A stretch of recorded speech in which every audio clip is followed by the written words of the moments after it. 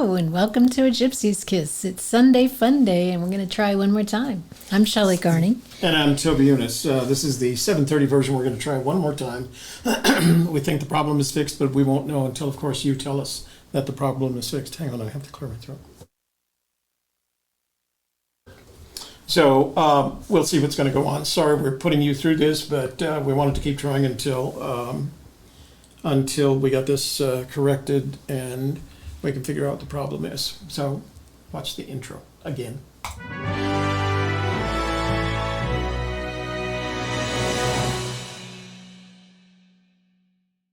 Could you hear the intro? I heard the intro that time. Yeah. Oh, well. Okay. Gremlins. Gremlins is right. Delight our sage. Okay. Well, let's give it a few minutes, guys, to see if it gets clunky after this. So basically what I went and did is I did the traditional restart my computer, and for whatever reason it was all in there. Okay, so Housekeeping, you want towel? I'm going to take care of some housekeeping. We would Yay. appreciate it for as much trouble as we've put you through tonight. Please Please like this one. You can just like we're the going to other get rid of ones. the others. Yeah, So we're gonna like delete this those. video. Share it with your family, your friends, your neighbors, your business associates, the entirety of your social networks, because that would be great for us. It gives us the opportunity to Grow. our channel. And finally, if you're not already a subscriber, this would be a grand time to subscribe. Ignore the 2 previous tries tonight. And once you see that notifications bell,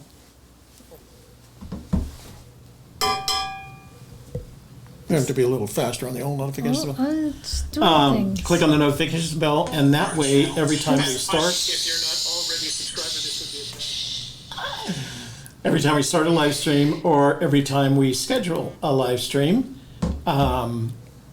you will be informed, In and the know. and everybody wants to be in the know, don't they? And I'd like to take this opportunity to thank our moderators for being so patient with us. That includes Greg Keller, Toby Fan 3000, John Werner, Mitzi, and ES, who you know as Eric Schmidt. So thanks to all of you for being in the room and keeping control. So remember that if you want us to see something in the chat room, you can highlight that comment by starting with an @ A space Gypsies space Kiss. I don't think you need the apostrophe, but it will work right.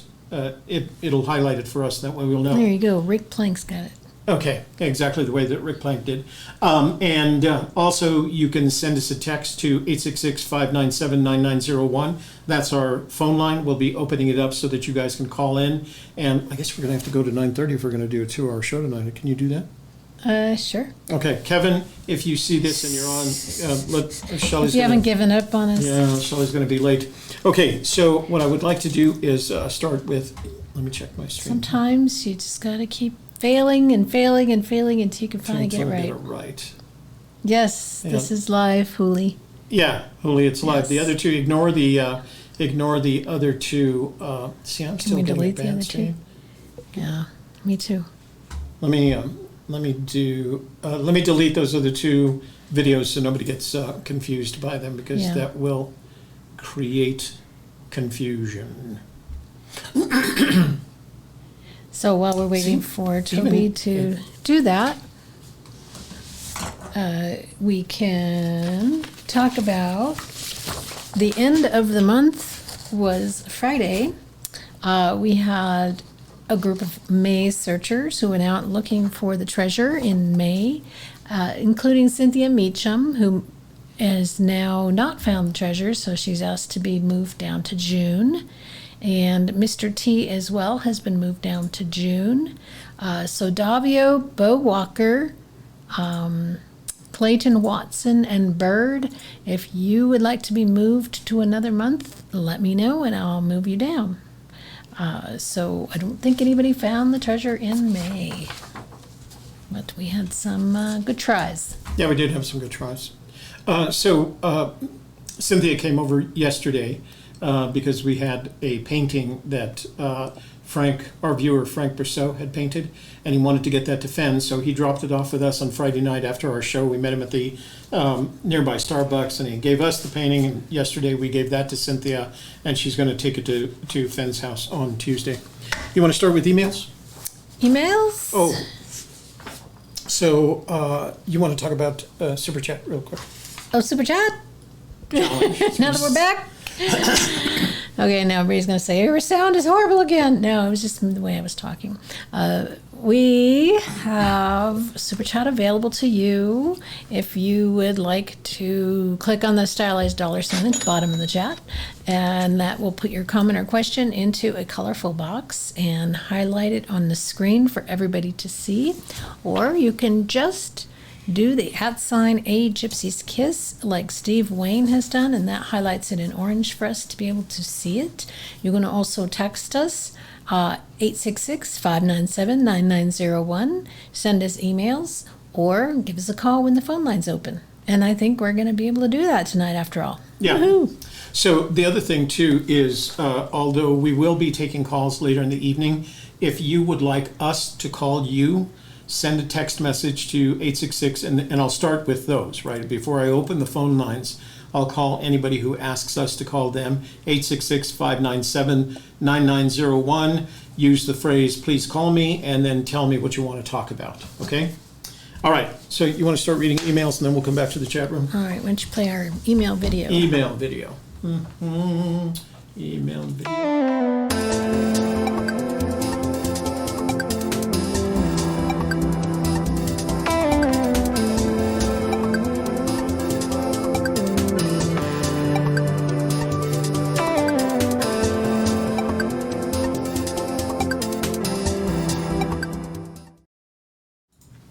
All right. May I say something first? So I had a comment from a gentleman who asked us if we had an email, how you would get our email. And I would like to point out that all our contact information is consistently scrolling above our heads, including emails, phone numbers. And the word Sunday. A Sunday, Monday. Sunday. Okay, while you're reading emails, I'm going to fix that. Go ahead.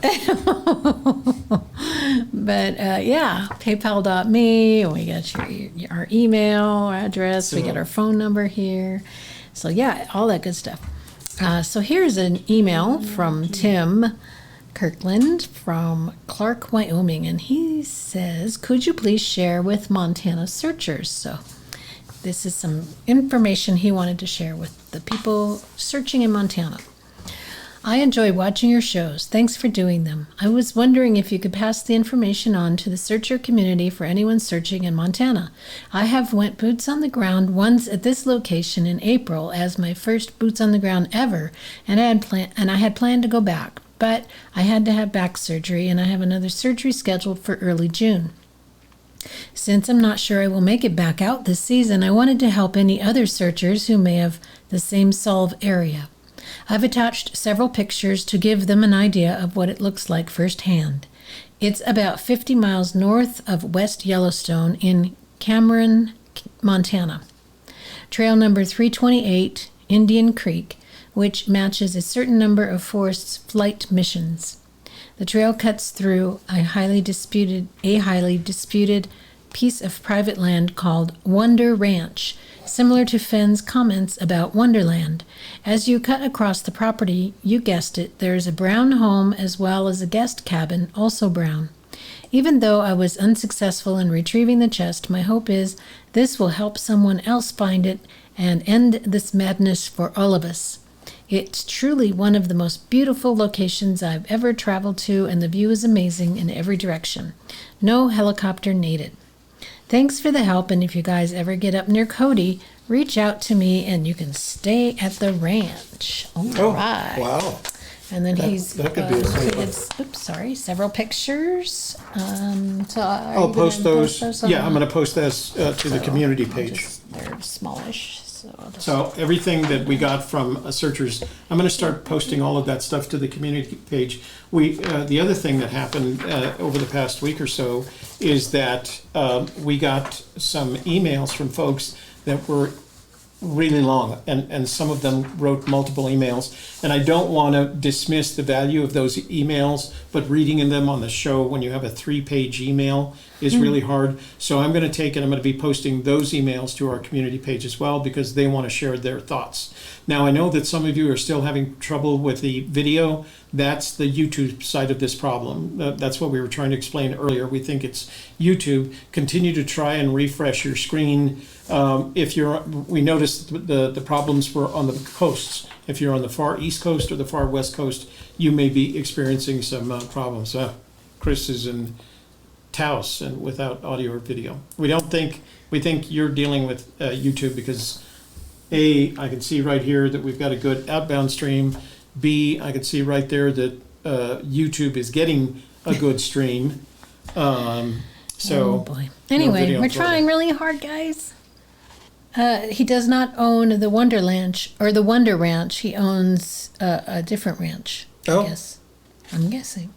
I think you can stay at the ranch. I'm not sure. He doesn't say So specifically. let's set that aside, and if we decide to go up there, we'll get in touch with him. Yeah. You know. All right. Okay. So this is dated April 9th, 2019. Boots on the ground. Tom from Minnesota. And he also sent some pictures, and I will post some of these pictures. This is the one that has the snake in it. That's not, in this particular case, it's not a dangerous snake. I recognize it as just a ground snake. Hi, Toby and Shelley. I returned for my third Boots on the Ground in New Mexico and want to share my thoughts going forward. I had convinced myself that I would put my search on hold after this Boots on the Ground, but I was unable to rule out my current search area and will most likely return in August for another try. From what I found on my last outing, I definitely would bring a good pair of gloves, preferably snake-proof.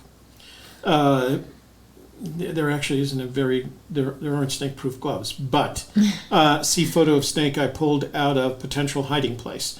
Again, and I'll post this picture to the community channel, to the community page on our YouTube channel. But it's a ground snake. It's not a poisonous snake. Certainly not a rattler. Let's see. But most importantly, in my humble opinion, is a metal detector if allowed in your search area. I don't think Forrest buried the chest, but after seeing the amount of fallen debris and loose dirt after the snow melt, I tend to believe that the chest is completely covered. I think a person could be within inches without knowing how close they might be. This would definitely speed up the process versus moving lots of twigs or grass or loose dirt. There's plenty of places between rocks or logs to remove things by hand to get a better look. I will attach a couple of photos of my search area. As you can see, there is many places to hide a small chest that won't accidentally be found. I wish the best of luck to all the searchers and stay safe. And that's what, once you do, for those of you that haven't experienced boots on the ground, that's one of the things that you're going to discover.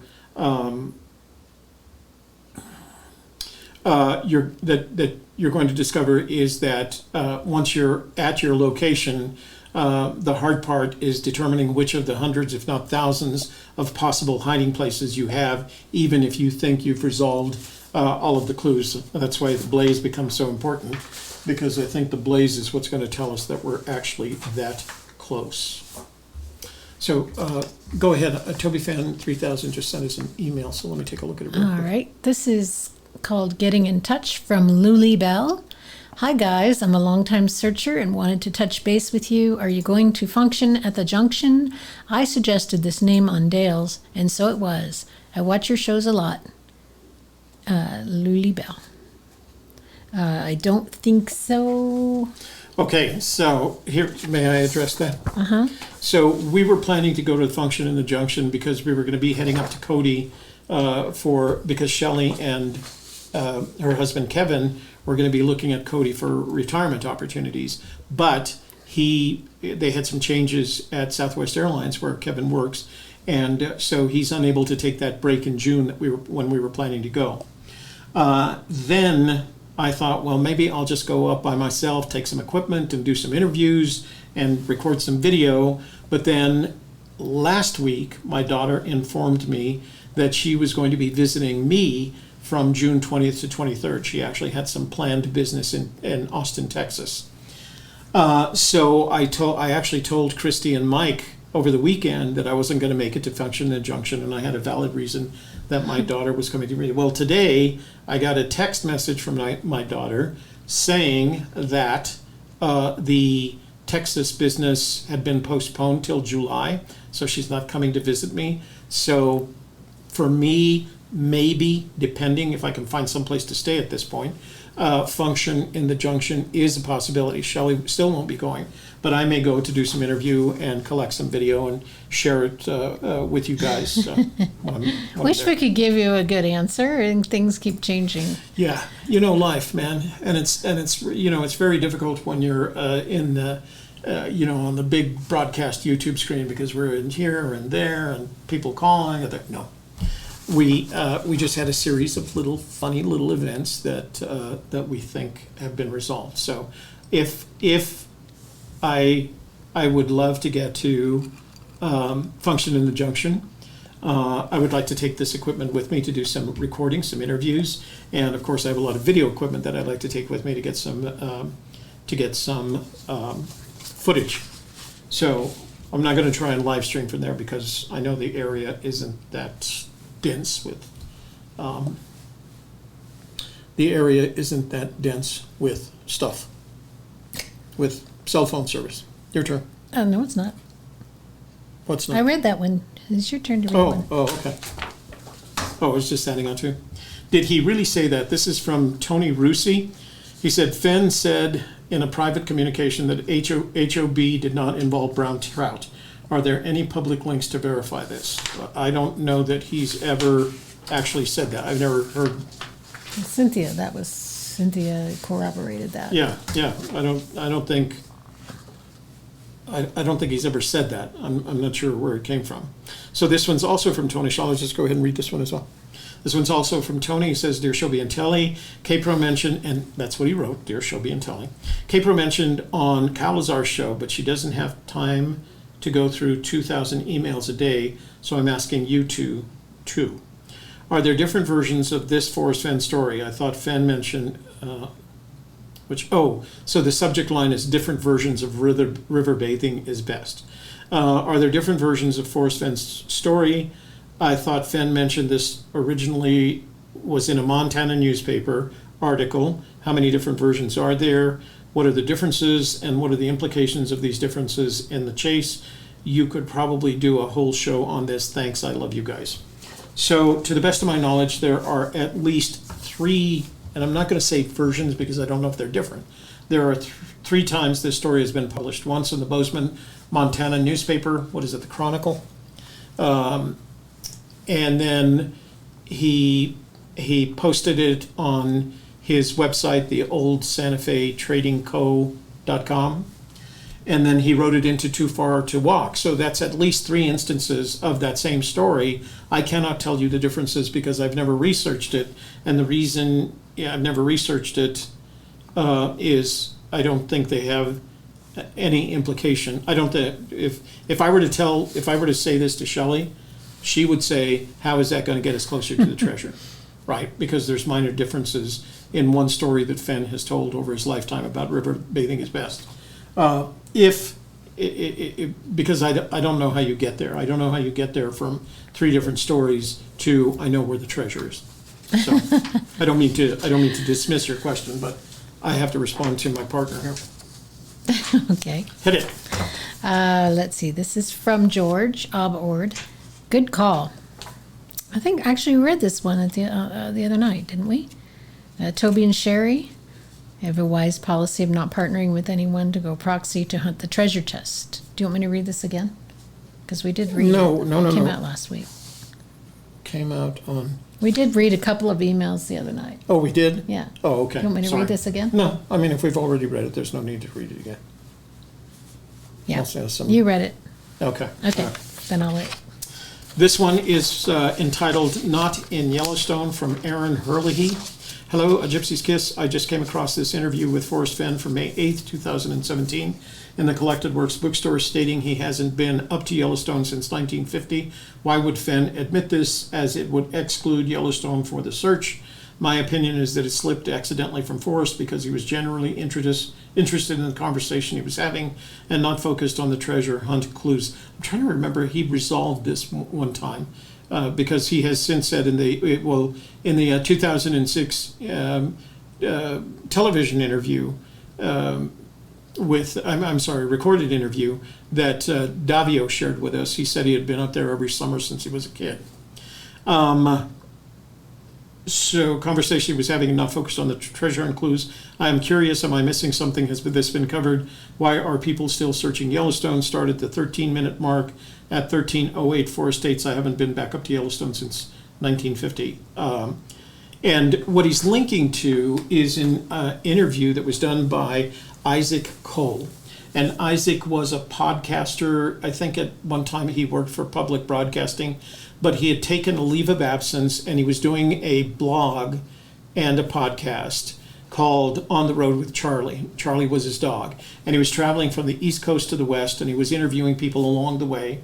And one of the interviews that he did was with Forrest. And then I don't know what happened to Isaac. I don't know whether he just stopped traveling or he took down his blog. But at some point, that interview was no longer available. And what Aaron found is a link on something called Stitcher.com, which is another source for podcasts. So perhaps they had copied it from his original blog and put it onto Stitcher. So if you haven't heard that interview that was done by Isaac with Forrest, it's very... You put it on the link on our bullet on our page, right? Yeah. I put the story on the. I took this link that Aaron gave me to Stitcher, and I put that on our community page. So if you guys would like to hear that interview, it runs about 30 minutes. It took place in May of 2017, and for a long time it was just a really interesting Fenn interview. And he does say he hadn't been back to Yellowstone since 1950. But he never, we know, however he meant that, we know that's not true. We know that he has been to West Yellowstone, and he's described to being back to West Yellowstone in books. We knew he had business there. We knew he had family there, et cetera, et cetera. So there is no way to know what exactly he meant when he answered that question for Isaac. And Greg Keller is saying that he was talking about he and his parents not being there on summer vacation together since 1950. Right. So I think that was it. I think that was the context. Anyway, it's nice to have this interview back. It was missing because Isaac had shut down his blog On the Road with Charlie, and I had looked for a copy, not real hard, because some of it, of course, you can find in Terry Scant. They managed to capture it and get it into Terry Scant before it went away. But like I said, Aaron refound this link, so we've put it on our community page. So if you guys want to go listen to that interview, you can do it there. All right. This one is from Fenn Addict.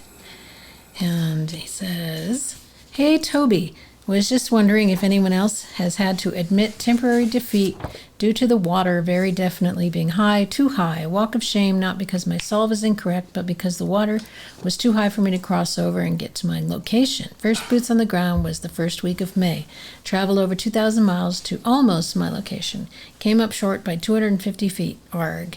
I found out quickly that the riddle inside the poem is not the only challenge to be overcome. Wildlife, environment, and terrain are the last half of the search to be conquered, and at this point, probably since it is the situation I am currently facing, these three physical barriers certainly seem the more challenging. And do you still read emails during your Fenn shows? Yeah, we had a hard time getting to them. That's why we had to do another show this week.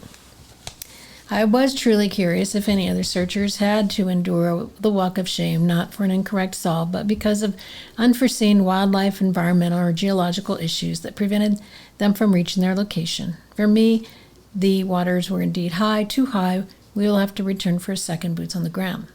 Fenn Addict. Well, Fenn Addict, we went to Browns Canyon and we wanted to cross the river. We didn't do it because the water was too high.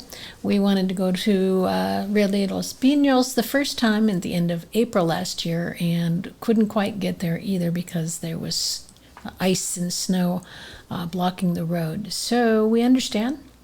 And I'm sure there are lots of other people as well who were unable to get to where they wanted to go. We did talk to Cynthia yesterday, and she, as you saw, she crossed the Omega, the part of the river that she wanted to cross, and she did get to go to the spot where she wanted to go. So she did get to where she wanted to be. This search area. But she did not find the treasure yet. So Cynthia's in the room, and she says Isaac fixed his sight. The original link works again. On the road with Charlie, the thrill of the chase. Oh, good. That's good to know. This one is from James E. Bailey Jr. It's called My Solve. I don't know that I'm ready to share. I feel like I'm in between a real solve and confirmation bias. First, my solve is in Montana. 1. My where warm waters halt is definitive, big picture. 2. My solve area is between too far and not too far, but too far to walk. 3. My solve area includes references to looking for Lewis and Clark, bad luck can always be trusted, Meek, Joe Meek, heavy loads in waters high, carrying the Montana Standard up pothole roads with a heavy load and his 80-pound body. A location naming Sloan. It's about 80. 4, it's about 80. 5, it's around 00 nautical miles from Santa Fe, his range. He must have meant there's a missing digit there. I've been in this for 3 years. I couldn't be more confident. My solve includes gold, not at the top of a mountain, but maybe at the top of another geographic feature. Butte. Voila. Always good when somebody knows exactly where to go. Yeah. All right. This is from Julie Wachholtz, and she's titled it The Poem Facts in the First Stanza. Dear Toby and Shelley, I am worried about poor Toby, who has been paralyzed by the chase. His imagination seems to be stuck in neutral. Toby wants facts. I want to try and find him some. Let's stick to the first stanza of the poem. I am going to bold the things that are facts, as I've gone alone in there. The I in the first line is Forrest Fenn, fact 1. Forrest Fenn went, have gone, by himself, alone, in some place, in there, facts 2, 3, and 4. And with my treasures bold. Forrest went into the place with treasures, plural, fact 5. The treasures belong to Forrest, my, fact 6. Forrest was brave, bold, when he took his treasure in some place, fact 7. Searchers do not agree on whether the pluralization of treasures is because Forrest is referencing the different things contained inside the chest, or whether he means both the treasure chest and some other treasure that is his.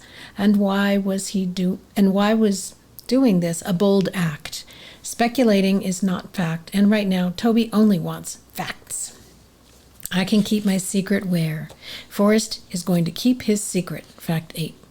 We could speculate on some of the words in this line, but right now Toby wants facts. And hint of riches new and old. Forrest can hint, or rather, Forrest is going to hint. In this poem? Anyplace else? Fact 9. The hints will be of riches, plural. Again, something more than just the treasure chest? Are there riches beyond what is inside the chest? Fact 10.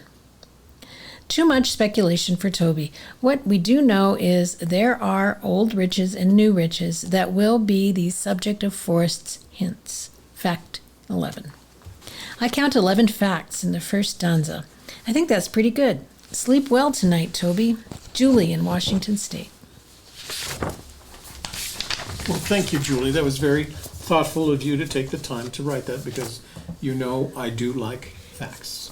So. Just the facts, man. And Mitzi just the came into facts. the room. I think it's cute that she's got her swinging a wrench around that one, around her bootay. Okay, this one is entitled Forrest Fenn's Treasure from Budweiser Nenig. Oh, this is Robert Nenig, who went out and didn't get the treasure chest on his first try. Only Forrest gets the actual picture of the chest. I tried to tell everybody. I found it, but nobody believes me. Well, I went there, told everybody it wasn't there because I was not able to retrieve it, but I will have it retrieved by next weekend. Well, that was written on Wednesday, so if Bud pops into the room, let's ask him if he actually found it. Because he said he had it this weekend. He sent us a picture of the treasure, and I tried to open it up, and I couldn't do it, so. Yep. Yeah. Oh. Yep. All righty. Who is that? Julie, what's her name? Julie Wachholz. Wockles. Here. Okay. All right. This is from Ken Blythe. Topic. Good morning, AGK. Well, my morning. I guess you guys are still sleeping. A topic for consideration, and I don't know if this has been talked about recently.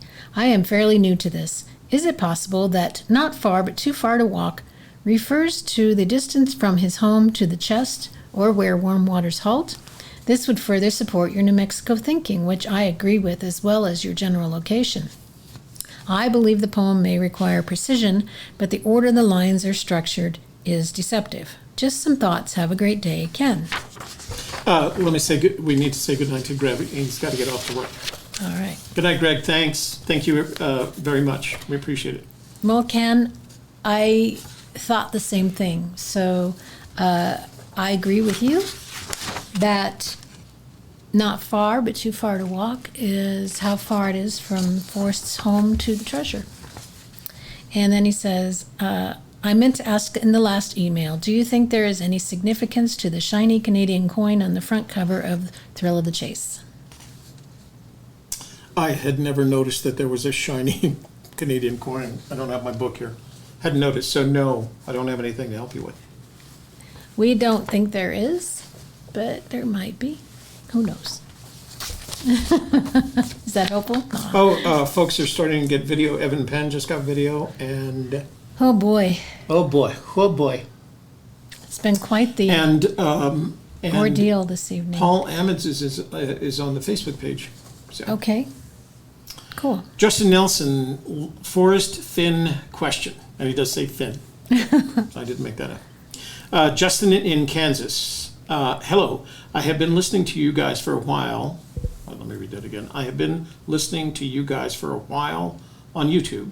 I have heard a lot of interesting info. Forrest says, quote, use a good map, unquote. Would a aeronautical chart of the Rocky Mountains be considered to be a good map and something to look into?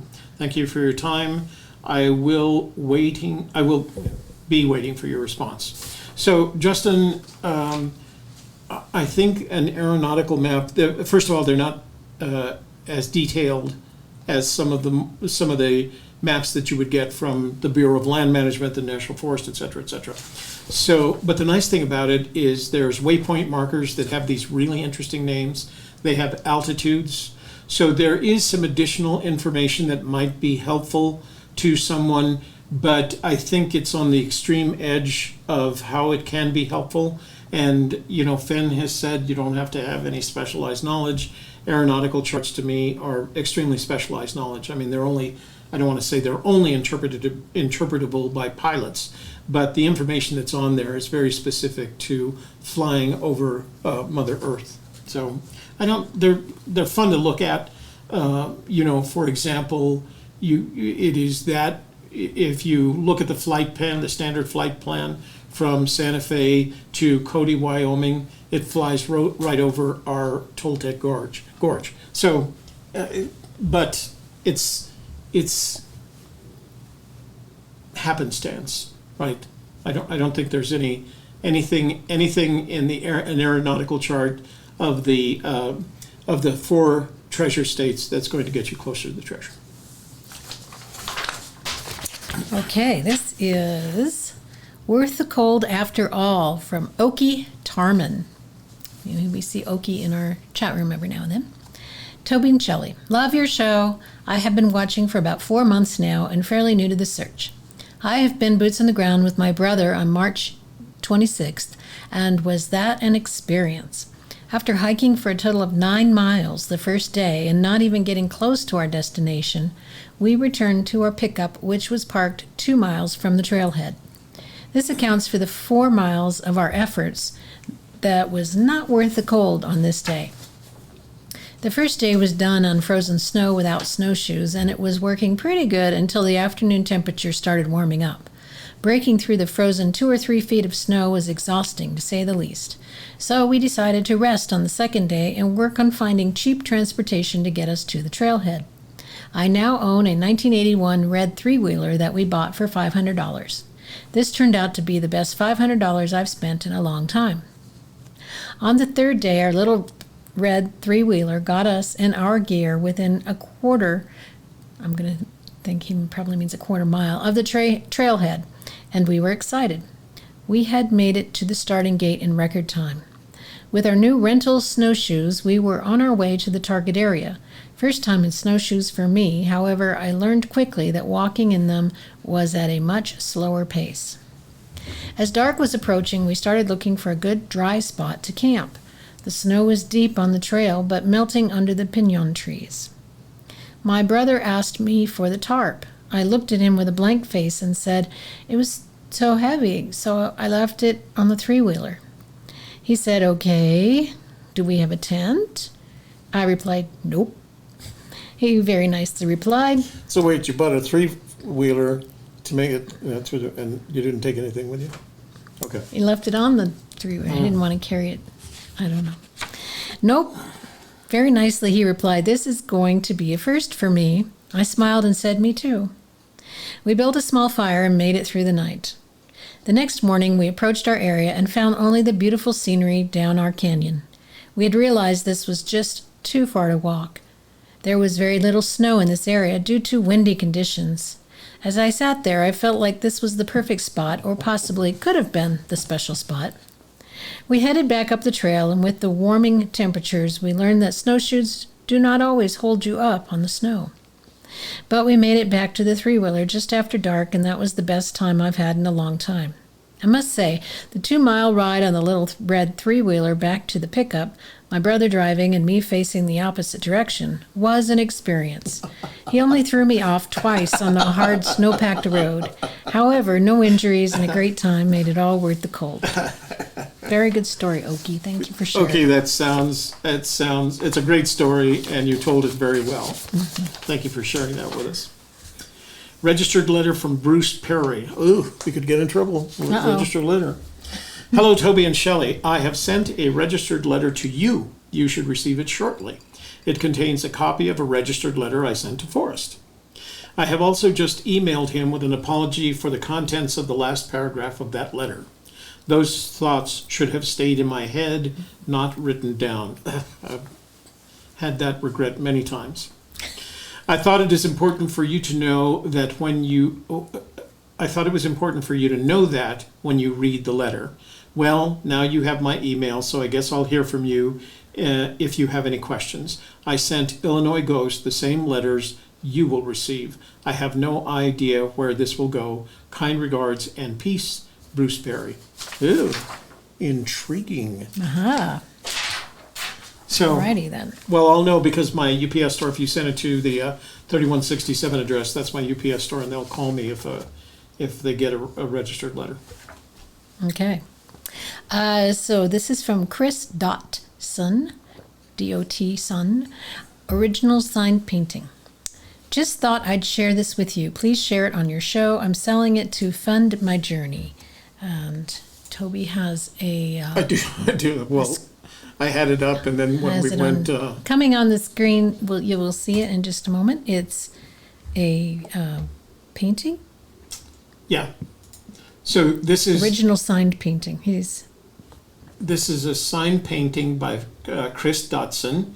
It's called Forrest Fenn, and he just put it up on eBay. Now, he didn't give us a link to eBay. He's planning to sell it on eBay and use the proceeds to help fund his trip out to his search area. So it's a very nice, nice painting. It's a good rendition of kind of forest out in the forest. So look for it on eBay. It's Chris Dotson, D-O-T-S-O-N, and the painting is just called Forrest Fenn. And Chris is spelled C-R-I-S. Right. No H. So if you're C-R-I-S. interested in owning the painting, it's an original painting by Chris of Forrest. Let me put it up one more time, just so you guys can take a look at it. So that's it. And it's on for sale on eBay if you have any interest in it. So yeah, lots of paintings of forests now. Susie Fennhaven from Greg. Oh, dang nabbit, Greg already left. Hi, Toby and Shelley. Can you provide me with Susie's email, please, or forward this message to her and allow her to decide to correspond? I would appreciate it. Greg, if when you finish work tonight and you see this, I have forwarded it. I have forwarded. He has sent already the sent message. it on. I forwarded the message to Susie, so she has it. And you're right; she can make the decision about whether or not she wants to proceed with content. I'm content. out. You're out. Wow, we get to go to. Okay, I got one more. Okay. So this is. I think someone beat me to it. Yeah, that's one of when you go out for your boots on the ground and the treasure isn't exactly there. That's one of about five things conclusions that you'll come up to. Fenn never hit a treasure. Someone beat me to it. It was stolen by a bear. It's under a landslide now, and all the forest's detritus has fallen. Along with Forrest never hit it is part B. Forrest went and got it back. Yeah, right. That was the other one. So yeah, Saul, trust me, you've hit one of the five feelings. Hi, Toby and Shelley. Do you have any way to bring this to Forrest's attention? He watches our show all the time. He's our biggest fan. I'm afraid it will get lost in the noise. Sincerely, Saul. And then he also sent a copy of a message that he sent to Dale. Same subject. I think someone beat me to it. He says, "Hi, Dale. I hope that I'm wrong about this, but can you bring this to Forrest's attention, please? In any event, please keep this confidential." Ooh.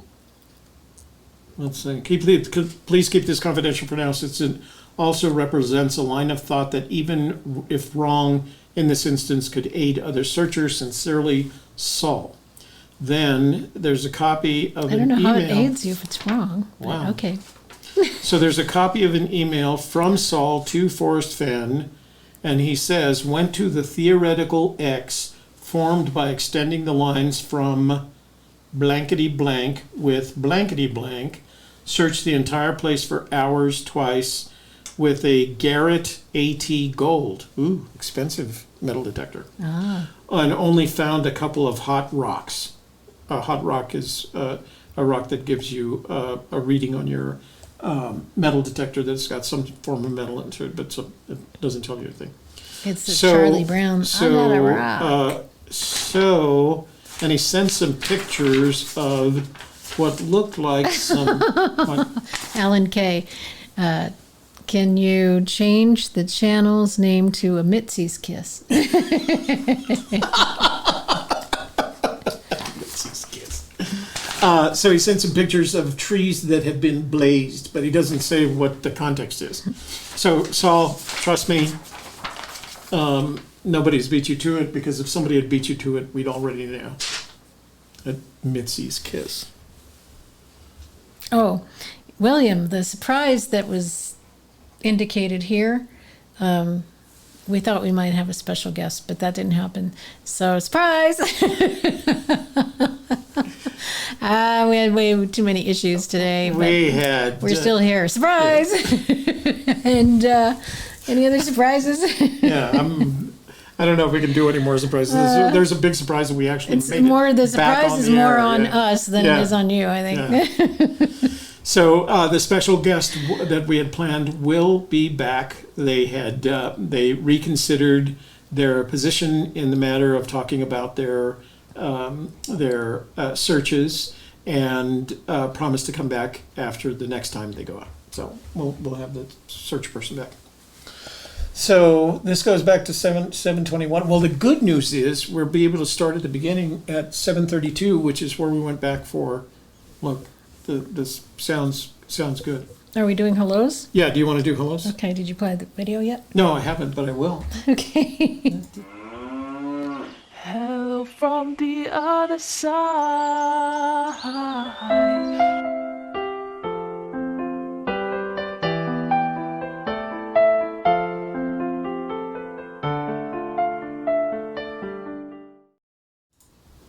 Yeah, Eric says it's been down most of the night. Yeah.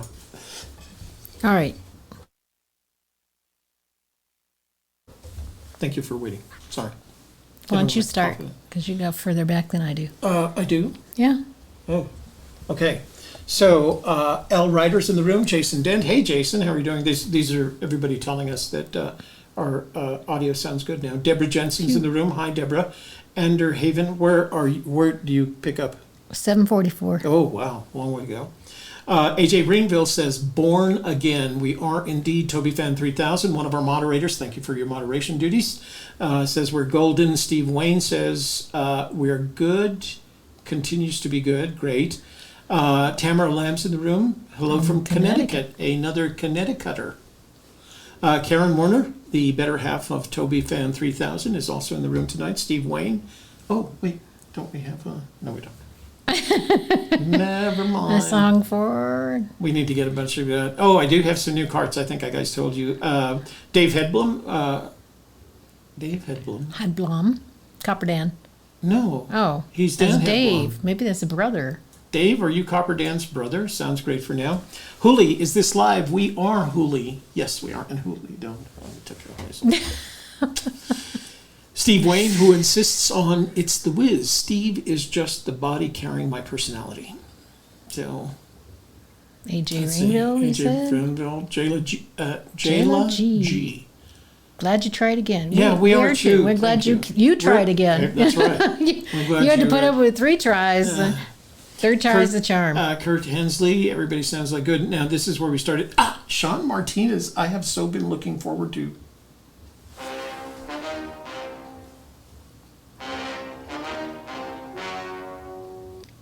Sean Martinez in the room.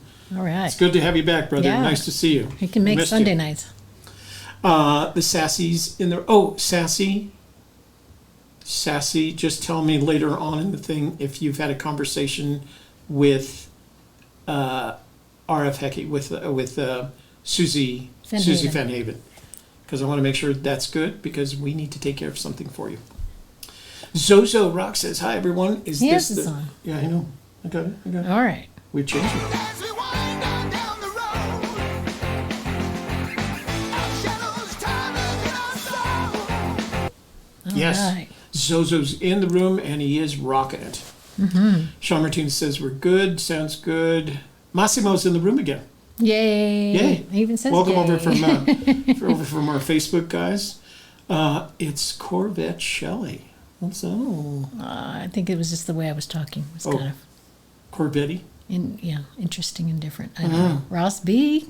11 Bravo's in the room. Hey, nice to see you again, 11 Bravo. Now, I know some of you guys are just getting your video back. That's a YouTube kind of weird thing. KT Southwest is in the room. Yeah.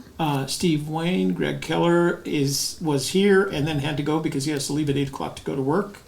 So he must be Sunday through Thursday and gets Friday, Saturday stuff. Is that it? That sounds right. Yeah. Toby Fenn says, beautiful ruby. It's actually a fire opal, and Toby made this. He made this, in fact.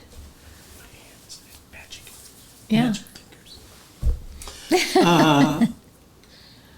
So 2 Buckets Prospecting. Hello from Tombstone. Tombstone, Arizona. Is that where Tombstone's from? Yeah. Southern Evan Arizona. Pan still no video. I know Evan later gets. Cool. Journeyman's Alan Kay. here. Are you back? Journeyman? Have I caught up to you? Not quite, no. Okay, Steve Wayne. Let me see who else is around. Holy 2 Buckets Chris Prospecting. That's a name from of- Taos. William's here. Does William's he here. own the ranch? We didn't. We just couldn't figure. We Oh, couldn't. they asked him in the room later. Oh, okay, all right. So I'll read Steve it. Wayne. Steve Wayne. William's here. William. Does he have his shorts on this time? Oh, we don't know. We don't know, and we don't need to know. I'm going up the rails on a crazy train. We got Missouri Dave, Doug MN, Anderhaven, Toby Fan 3000. Okay, all good New York. All right. So we've got a couple of. I'm going to say these because I'm. From I can Facebook. see Facebook. So both from our Facebook page, we got Chris McNeil and Heidi Siegler. Thanks for joining us on Facebook tonight, guys. That's very kind of you. Heidi Sigler. Siegler, did I Diem? pronounce it right? Deem. Demon? Heidi Sigler Deem. Uh-huh. She says she loves fire agates. Egg. You said fire opal. Is it agate? It's a fire opal. There are fire agates. Oh, okay. I don't know. You told me what it was. Yeah, it's a fire opal. All right, where are we at? I am at... K-Pro? No, don't look at that one. Don't look at it. Don't look at that one because that's way down. Doug from Minnesota's in the room. Steve Wayne's in the room. Did we say hi, Steve? Missouri Dave. We got those Sassies in the room. Hey, Sassy. Good in Indiana. Journeyman. Missouri Dave. Mitzi Evan Moore. Penn is still struggling. Waving her blue wrench around. Mitzi Moore, our newest See, Tim and Holly, moderator. that's the one about the ranch. Oh, okay. Oh, so they got that all figured out. All right. So Mitzi is our most recent moderator and our first female moderator, Other than me. other than you. Right. Right. Samuel Smith. Samuel Smith says, "A Gypsy's Kiss, see you guys on okay on Facebook group, but but no no chat. chat. YouTube message slowing up, loading, fall behind quickly." Yeah. Yeah, well, you should be okay now because I can see the Facebook chat as it's coming along. Heidi says, LOL, sorry, she did mean fire opal. Oh, Mitzi Moore says, YouTube has been glitchy all day, probably updating. Yes, Mitzi, that was kind of the problem we had. Jason Dent says, I didn't see that before. Mitzi, you're a moderator. Oh, Lord. that's kind of what Toby said, too. As he did it. I made that decision. I think it's a good decision. Watch out, Jason. She says that's cute. Let me see. I am at 7:45. Have I caught up to you yet? Uh-huh. Okay, take over. Dave Hedblom. Good feet in Wisconsin. He's in Wisconsin. He must World be. famous gamer. Hello? Dan's from Minnesota, so it's not the same people. Interesting. World famous gamers here. WFG, what are you doing, brother? Czar 334. Did you miss anything? I don't think so. Not tonight. No. Just glad you're here. You missed us being really in a mix. No, we in a tizzy. Tom Sawyer's here. So, Toby Fans 3000 says that the most recent annual report of the Cody Museum says that Fenn donated the Montana Sharp House in 1986 to Cody Museum. Forrest still owns that sharp land in Montana. Probably not. I can't imagine he'd give them the house and not the property. So, Well, maybe he did. but I don't know. Who knows? I'll have to look. I'll look it up. All right. Juno Hewitis? Hewitis? Where do you see that? What time? 751. Oh, you're way down there. Juno. Juno. Hewitis? Juno. You see it? Hewitts. Hewitts. Okay, but there's an I before the Z.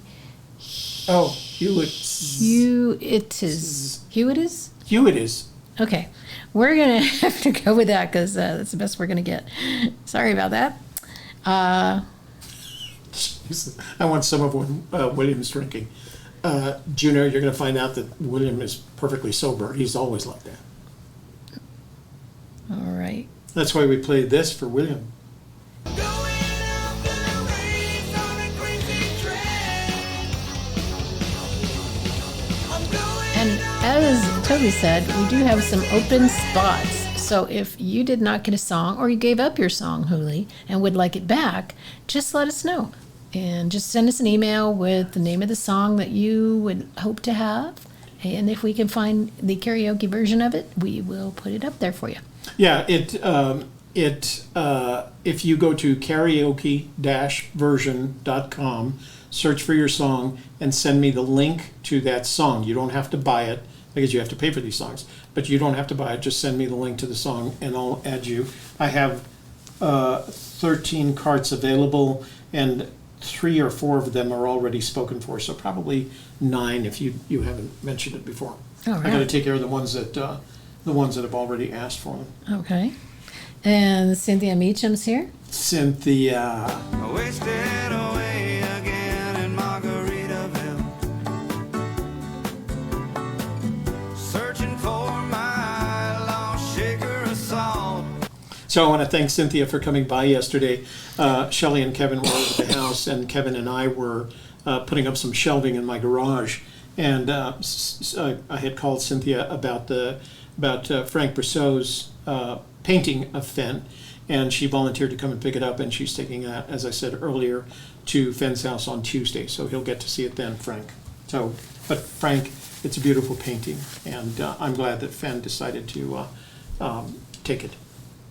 Juno says, I was playing GTA Vice City today. It's a Grand game, Theft Auto. yeah, with my son, and he was driving in a car in the game, and all of a sudden it said, it's the thrill of the chase, and I about fell out of the chair. In the game. It would have been better if his son had said, yes, it is the thrill of the chase, Dad. All right. Tony Russi is here. Tony, we answered your questions if earlier in the show, so, or that we answered them as best we could. I thought that podcast Fenn made was just Fenn pointing out that he stopped spending 3 months contiguous in Yellowstone National Park in 1950 when he joined the Air Force. Yeah, I think that's what he meant. I think the time when he hasn't been back to Yellowstone in the context of his family visiting all summer. Jungle Cruisers here. Jayla G. Kevin Carney's in the room. is. Hey Kevin, we just told a story about us doing garage, putting shelving up in my garage. I love I've been doing this particular style of shelving for as long as I can remember, but the nice thing about having Kevin around is he's very engineering rational, and so he'll look at what I'm planning and he'll say, no, that's crazy, and then we'll redo it, and that's what we did yesterday. So I'm glad he came over to help me. We have Boxhound and Virginia Man, Belva Jenkins from Chattanooga, Kurt Hensley, Joe S. Joe, where'd he go? Joe. Don't go around tonight. Well, it's bound to take your life. There's a bathroom on the right. All right. Lydia D. Lydia, oh, have you seen Lydia? And I think that's all. Oh, Minotaur's here. Hey, Minotaur. Hey Minotaur, Moreno. nice to see you, brother. 2 buckets. K-Pro. Did we get K-Pro? No, I didn't.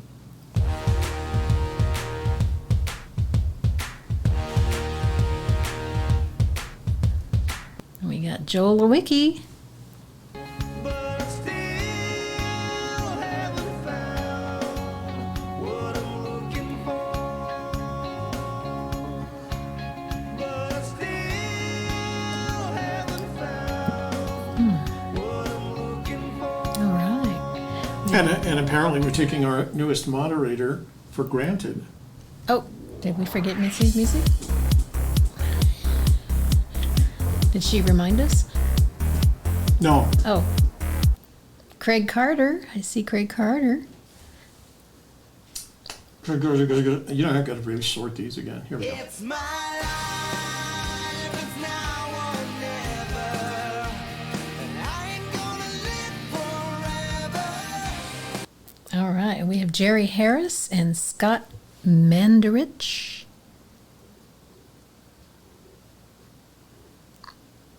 I think Alan K. Did I say Alan K? Uh-huh. I think I've got everybody. So K-Pro says, poker, ugh, we will go live soon and give an update. Spoiler alert, we're not millionaires. Are you guys gonna go live stream tonight? K-Pro? We didn't mean to step on anybody's toes. We just if we had known you were gonna be. Oh, so K-Pro, you didn't hear my earlier comment. If you were not in the room earlier, well, call me later and we'll talk about it, or I'll call you. How about if I call you? And we can talk about it, because we want to hear, okay. Wow. Wow, what? Journeyman says YouTube, Discord, Instagram, Snapchat all went down today in the United States and Northern Europe for about an hour. Look out. It was the GRU testing its capabilities for the next election. It's Tubopolis, or What do you say there? Tubopolis. No, what is the word I'm thinking of? The end of the world. Oh, It's not Tubopolis. apocalyptic. Apocalypse. Apocalypse. The apocalypse now. It's the apocalypse. It's the apocalypse. Everything is going. All right, I'm good. We're You're ready to good. move on to texts Yeah, you want to go to text? All right, let's go to text. because we got a ton of them. Okay, this is from John Warner from New York. Wanted to say how You important didn't play it the is. text video. Oh, text videos. Text on.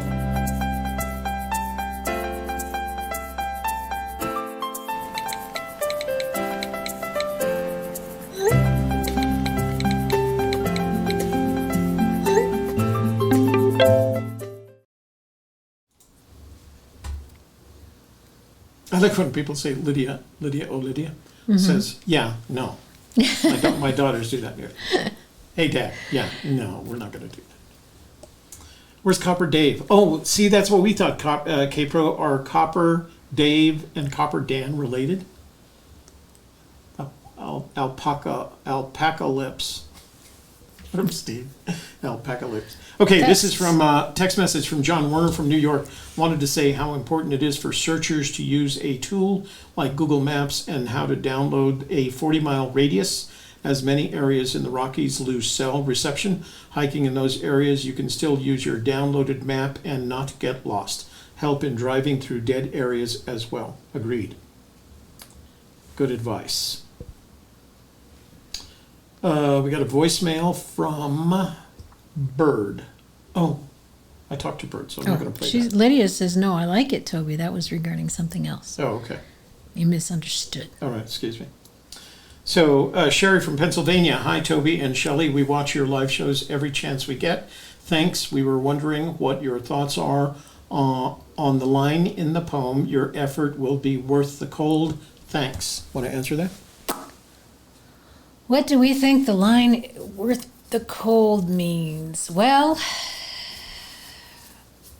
We were actually going to cover that this last Friday, and I changed the topic, so. we were. Probably a good thing you changed it then, because I haven't got anything to say about it. We think it's one of the many references in the poem to water. Oh, water. Cool, clear water. Hey, Toby, I came across your channel. It's Toby and Shelley's channel.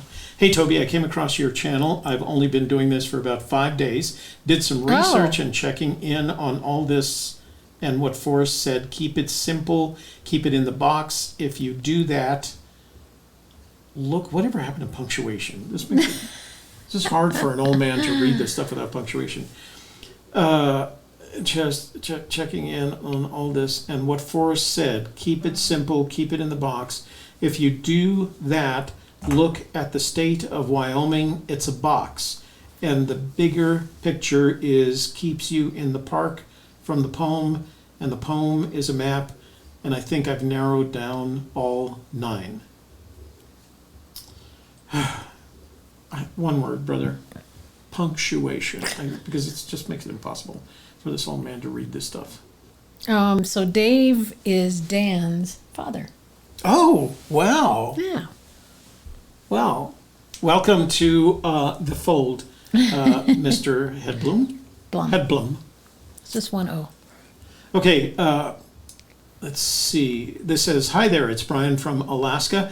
I just got done with boots on the ground for the 3rd day. I received plenty of scratches and scrapes as I marched through the forest in my location. I found plenty of treasure, but none that are valuable or worth saving.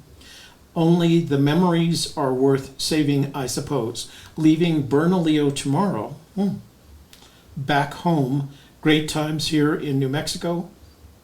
I will definitely check in my search location again if nobody finds it this summer. Good evening, everyone. Thank you, Brian. That was a very nice text message. Hang on, I got a cough, so. Good thing I brought you water. Thank you for that. You know what you get for that? What do I get? Cause girls like you run other guys like me to sundown. When I come through, I need a girl like you, yeah, yeah. Girls like you, love and get me too. I want when I come through, I need a girl like you, yeah, yeah. And everybody might be thinking, oh, Shelley has to get him water, fetch him things. But No. Toby makes me dinner most nights that I'm here. So And we have kind of an agreement, and the agreement is that I do all the setup, get everything ready, and then usually I've been working all day, like today, lawn mowing, car washing, garage cleaning. cursing and at YouTube. Cursing at YouTube. And so at about an hour before the show, I go take my shower and change my clothes, and that gives her the opportunity to do lights, water, a couple of other things that she does. So that's why we call it a Oh, partnership. look at that. It's the top one. Yeah, We got a ka-ching from Haven. You could sell or rent some of your remaining song slots to raise money for something. Just a thought. It wouldn't be fair. Nobody else paid for theirs. We just like, hey. that didn't work out the way I had planned. Sorry Because about you're loyal and you show up in the chat room and you give us a reason to be here, then we reward you with a song. So it's our way of saying thanks for being here and for being loyal listeners and And we YouTube wish followers. we and all wish of we that. had And another. given us 3 tries to get this right tonight. We had. I wish I had 100 locations on this Yeah. part. So this is from 850. No name. It is. He does have a name. Alan. I just found out about Forrest Fenn's treasure about a week ago. I've already started researching, but haven't read the book. I love puzzles, and I think I've figured out some of the clues. I would love to talk to y'all if possible and pick your brain. Thanks, Alan. Alan, feel free to, once the phone lines open up. I've never been a fan of that phrase What's because that? it's just too visual. Pick your brain. It's just like somebody opening up your head and eating your brains. Like they do with Like, monkeys? yeah, I mean that's like. Oh, long don't do voicemail. Let me see who that. this is from. Please listen to Pick your my message. brain. Just talk to me. Okay, well, it's spit. This is long. So guys, if you have a particular song in mind that you want, make sure you send us an email to a gypsieskiss@gmail.com with your request. If you put it in the chat room, we're going to miss it, and then you'll be sad. You'll be sad, and we don't want you being sad. That's right. This is from Mike Wood. Toby, ants are literally part of elephants. Focus on the whole, not the parts. Big picture. Thank you, Mike. Good advice. Hi, Toby and Shelley. Do you know if the U.S. Forest Service ever chisels, or used to be chisel, trailblazes onto rocks, boulders? Haven't I read this? Or boulders. I'm familiar with tree-carved blazes and cairns, but I'm wondering if they ever marked on rock. Thanks, E from Texas. We have to remember, the answer is no. I've never heard them making marks on rocks because they're not, the U.S. Forest Service is not about geology. It's about harvesting trees, managing the forest. And so when they do mark a tree, it's an indication of one of two things. Either it's a trail to be followed, or it is a part of an area that needs to be cleared, or part of an area that's been granted for sale to someone who's going to cut down that timber and sell it on their behalf. They have to pay the Forest Service something for that. It goes back into the Treasury. So I have never heard them use marking rocks for any reason. They mark trees for a variety of reasons. Sometimes people mark rocks, like look at the petroglyphs. But not the Forest Service. It was very specifically stated the Forest Service. Oh, I see. First voicemail of the night. Let's see what it looks like. A short one. I was just wondering if Boris Fenn made any statements about someone coming close to the treasure that solved his puzzle. I heard it rumored, and I would just like to know. Thank you. So whoever left that message, area code 845, I won't say the rest of the number, the closest that there is any forest, the closest indication of, how do I want to say this sentence? Forrest According has to said, Forrest Fenn. according to Forrest Fenn, searchers have been within 200 feet of the treasure. He has never given any indication. There are some people that try and trick him into stuff, but he's never given any indication that that people have been closer than 200 feet. Searchers have been within 200 feet. People have But been... they didn't know it. But they didn't know it, and people have been within 500 And he feet. said that he knows people have solved the first 2 clues and gone right past the other 7 and missed the treasure. And he thinks perhaps maybe some people have figured out 4 clues, but he's not sure about that. And he said that on Dale Neitzel's in one of the scrapbooks. So this is from area code 909. The guy's name is Zero. Hello, Toby and Shelley. Just a quick question to you guys about the chapter in The Thrill of the Chase, My War for Me. On page 82, Forrest states that he was shot down on December 20th, 1968. And then on page 83, he mentions that 18 days earlier, he was shot down near Bintui. I know how to say that because I used to have headquarters at Bintui. In the Delta region of South Vietnam, right. Bintui is just south of Can Tho, which is the biggest city in the Delta, and through which the Mekong River flows through. Delta region of South Vietnam, I had read that the first time he was shot down was August 24th, 1968, near Bintui. Do you suppose that the 18 days in the book should have been 18 weeks, or am I mistaken? Thanks, always, Zero. Zero, I actually did a video on that, and I can't remember the conclusion I came to, but I think you're right about 18 weeks versus 18 days. I don't believe he was shot down twice in 18 days, once in the jungle near a city and once near Bintui. So, but I don't know the answer to your question. I'll have to look it up and get you an answer. Let's see. Hey, Toby and Shelley. This is from Jim in Arkansas. Hey, Toby and Shelley. I've been in the hunt now for about a year, but I have never been able to get the tooth book. Oh, so he sent a message that says The Thrill of the Chase. So I haven't been able to get the Thrill of the Chase book. Yeah. Can you ask the room if anyone has used has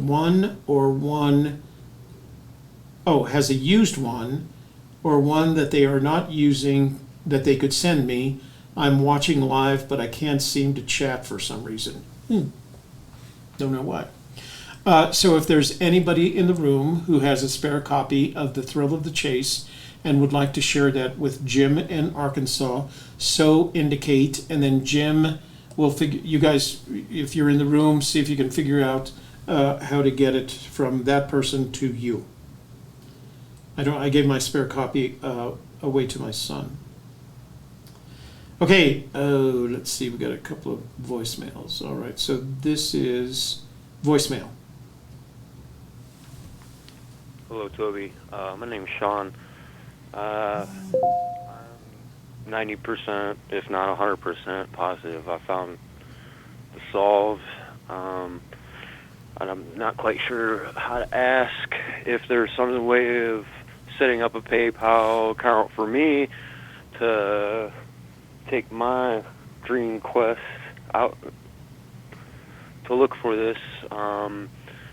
If I could get a funding of a measly $1,000, I would reveal all of my clues down to the blaze to you guys, and you guys could go along and document and get media coverage of the findings. If you would like, give me a call back. My number is Oh, blah, blah, blah, blah, blah, blah, blah, blah, blah, blah. Blah, blah, I think blah, that's the end of the blah, blah, message, blah, isn't it? blah, Couldn't you blah. just, All like, right, at that looking point, forward to turn it hearing off? from you. Okay, remember, guys, a couple of things. If you're leaving us voicemail, number one, make sure you say your name or text message. Make sure you tell us your name and where you're calling from, what state you're calling from, and do not include any personal information like your telephone number, because we play these live. And if you want your you want everybody to know the that- answer to your question, Sean, is it's very simple to set up a PayPal account. Go ahead and do that. Then it's also very simple to set up your own YouTube channel like Susie Fenhaven has done. And then at that point, you can share the information on your channel. And if people want to give you money to your PayPal, they can do it there. And you can attract attention by doing that. Yeah, but if you do find the treasure and you would like to come on the show afterwards and show everyone the treasure and how successful you were at finding it, please let us know, and we would be happy to have you on the show. We're at a stage now where we're not interested in documenting anybody's finding of the treasure. We think it's better for you actually to take about 30 days before you think about what you want to do with it rather than announcing it. So. So Tim and Holly says, Toby, you should claim Fridays at Casual Fridays and wear pajamas or Hawaiian shirts. So Tim, a couple of things. Number one, It's casual Sundays. yeah. Show off my shirt. So the whole tie thing is I just needed to get through my tie collection because I haven't worn them since I was in Washington D.C. Where are you going? Let me show my Oh, your It says Muerto New shirt. Mexico. Isn't that a nice shirt? It's Muerto shiny. thing, very nice. So I'm not being forced to wear these. I actually like wearing a tie. I've been Forced. wearing ties most of my life, suits and ties most of my life, and I'm actually very comfortable in them. I do want you to know that I am wearing pajama bottoms that you guys can't see anyway. So You are? I thought that was just your underwear. I was trying to keep it. Oh, if you wear them to bed, they count as pajama bottoms. I see. Yeah. Okay. Exactly. But I do have. Maybe we should have a. But I do have a collection of Hawaiian shirts, Tommy Bahamas, that I own. So maybe we'll do. Maybe after I run out of ties, it looks like I've got about 50 more ties to go yet. So after the 50 ties, maybe we'll just do a Hawaiian shirt series because I got about 30 of those. So okay, let's go back to. Back to the texts. Back to the texts. Let's see, what do we got here? This is from Frank. Hi, Toby and Shelley were at the Starbucks on 550 in Bernalillo. That was when Frank and Don, we met them at the after last Friday's show, we met them at the Starbucks, and we picked up the painting that Cynthia now has that is going to Fenn on Tuesday. So they're very nice people. Very nice people. It was a very nice Oh, painting. he said something else. Hi, Toby and Shelley, just thought I would let you know that my Wyoming solve didn't pan out, so I they're will there have to already. go. They're back up in Minnesota. Oh. So I will have to go to Plan B in another state, but we had fun anyway. Hope to talk to you soon, Frank.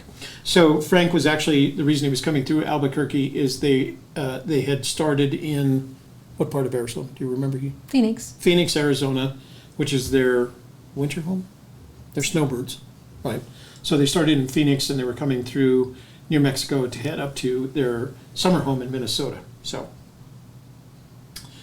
let's see. Let me go back to these. Hey, Toby, I don't know if it matters, but I was getting 2 live streams. Oh, yeah, we're not even going to talk about tonight. So Mitzi and I are Sugar Skull sisters tonight. Oh, she yeah, says. she's wearing one too. That's what she said. And I have the little sugar skulls on my pajamas too. Oh, yeah.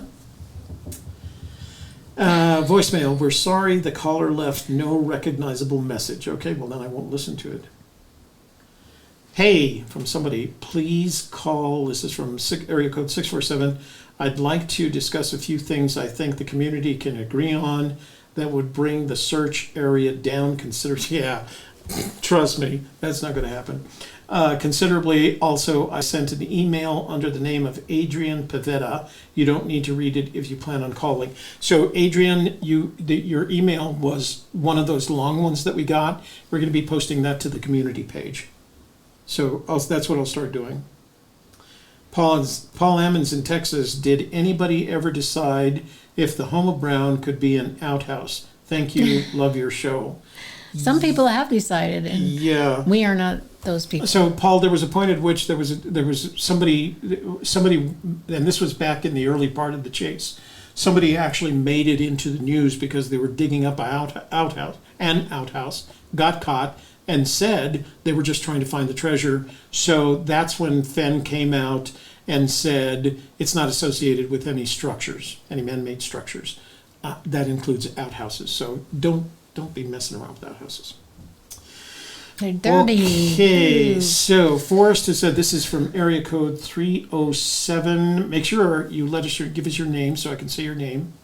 You Even if you make up a name. What about a rooster costume? Call yourself Rooster. We'll call you Rooster. Forrest has said he is a night person, so this leads me to believe he did hide it at night. If so, the blaze may be much more visible at night, so be brave and have a nice night. One more question. One more question. How can you know how much the box weighs but not what the true value of it is? Have a nice night. Well, I think the assumption that you're making, as Forrest had said, it's filled with gold. It's not filled with just gold. There are some gold nuggets, there's gold dust, there are gold objects, but it also has gemstones. It has jewelry that is made of stones. They just happen to be, the stones happen to be made by the Aztecs. So there are items in the chest, in the 22 pounds of treasure, that aren't gold. So you can't do that quick calculation of, I have 22 pounds of Troy pounds of gold. You don't have 22 Troy pounds of gold. You have some gold, some jewels, some jewelry, some other, you got an olive jar. So there's things in the chest that are not gold, so you can't do the calculation like that. And the price of gold changes all the time, so it's hard to estimate a price. So, this is Laura from New York, and it's a voicemail. When did you send it? Earlier this evening. Okay, voicemail from Laura. I need your pen.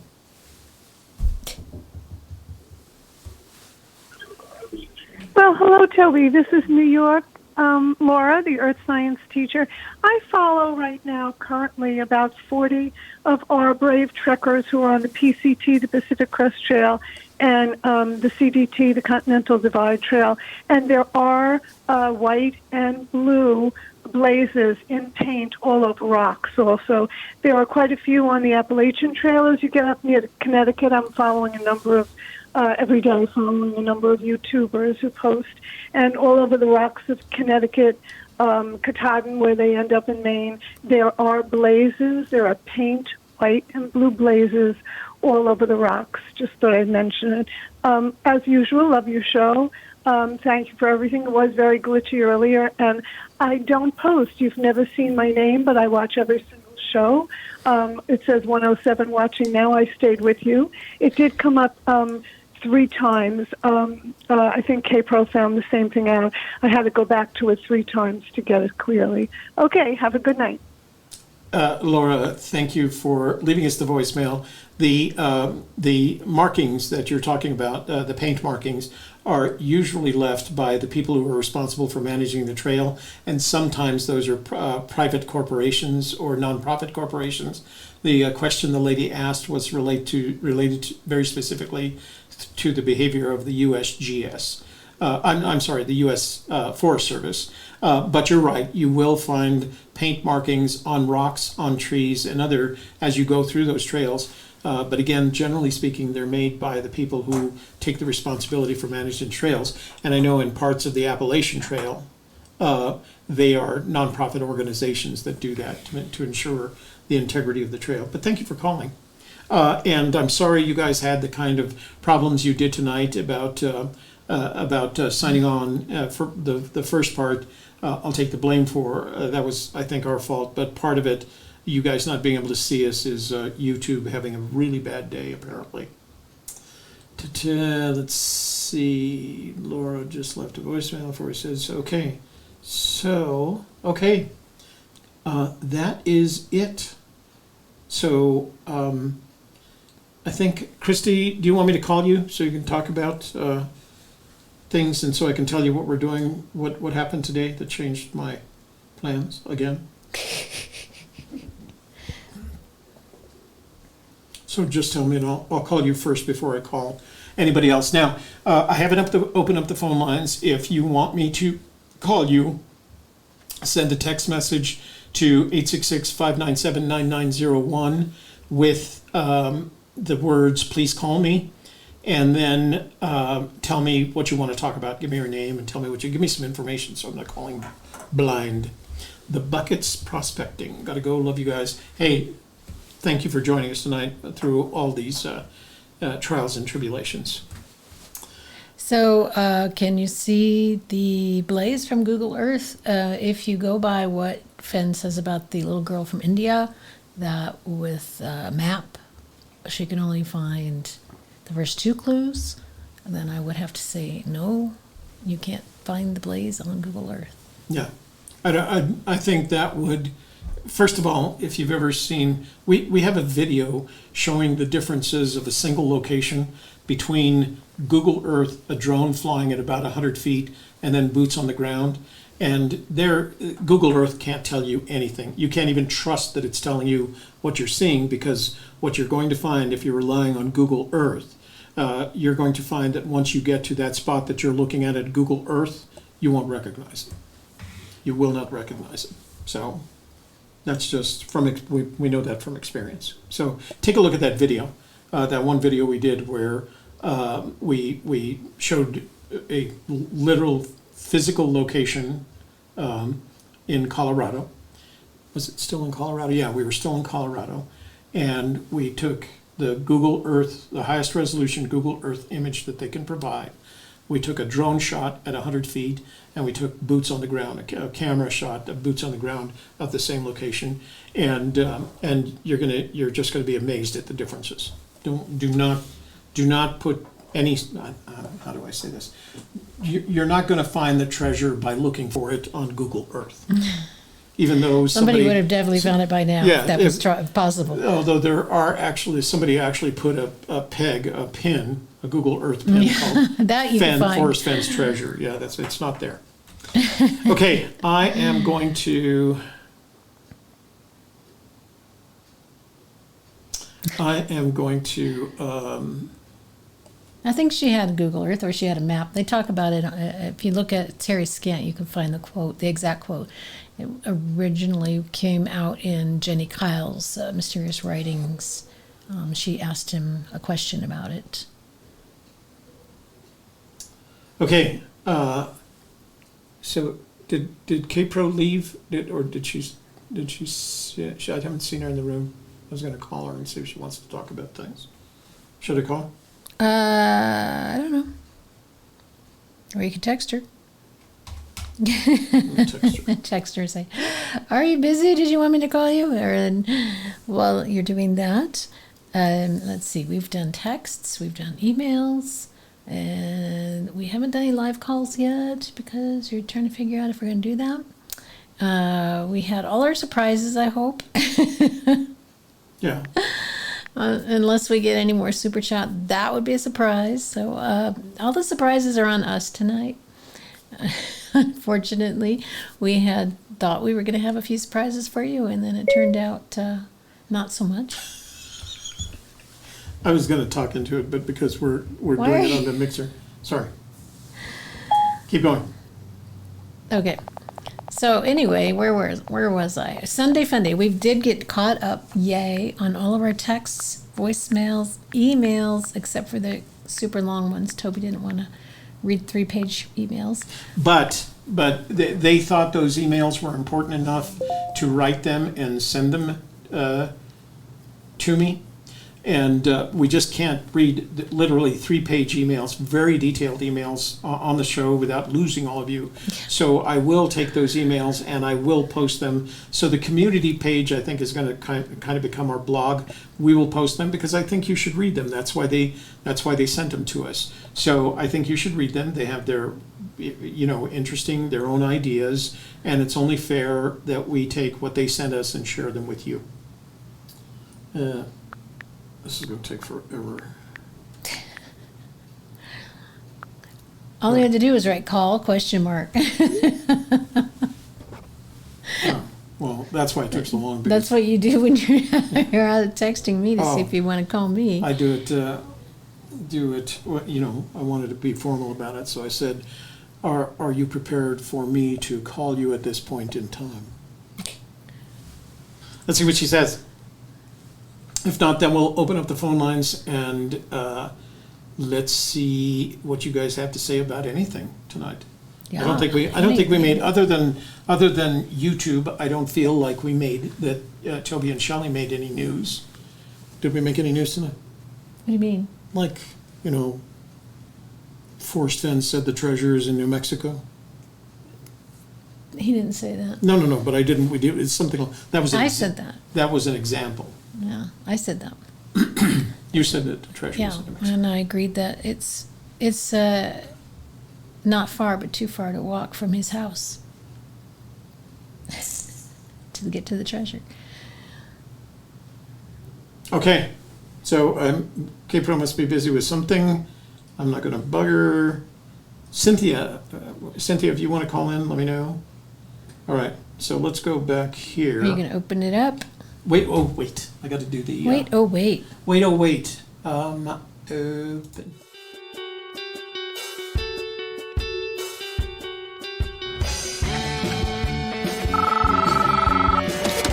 Hello. Hello? Who's there? I'm talking. Hello. Hello. Who is this? You know what this is. So I play your video. Oh, I was looking the other way. You're Oh. supposed to go like this, like I do to you. Oh, no, I just wanna do that. Anyway, he said, and it was funny, and I started thinking in the box, but it got hot in there, and I couldn't breathe very well, but I did solve several clues before I passed out. Did you know that there's a place in Colorado called Homer Brown? Yeah, you showed it to me. Yeah. So Dev JB says, Gypsy's Kiss, Cynthia is onto something in one of my important Wyoming theories just north of Kerwin. I hope she finds it. We do too. She hopes I she finds Can't it think of too. anybody else. Okay, phone lines are now open if you want to call. We're going to stay on since we didn't really get on board with YouTube till 7:30. We'll stay on for another half hour if you guys want to call in If you and talk guys about want to stuff. call in. Okay, and If if you it's don't, too late and you go to bed, that's okay that's too. okay too. Yeah, you don't have to do that. You do not have to do that.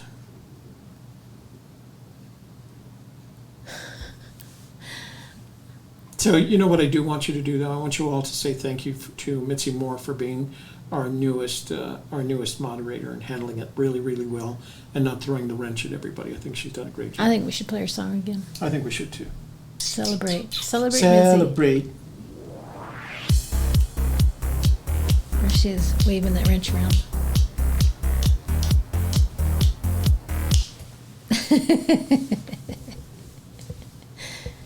So Massimo said he's calling in a minute. Oh, boy. I didn't know Massimo was searching.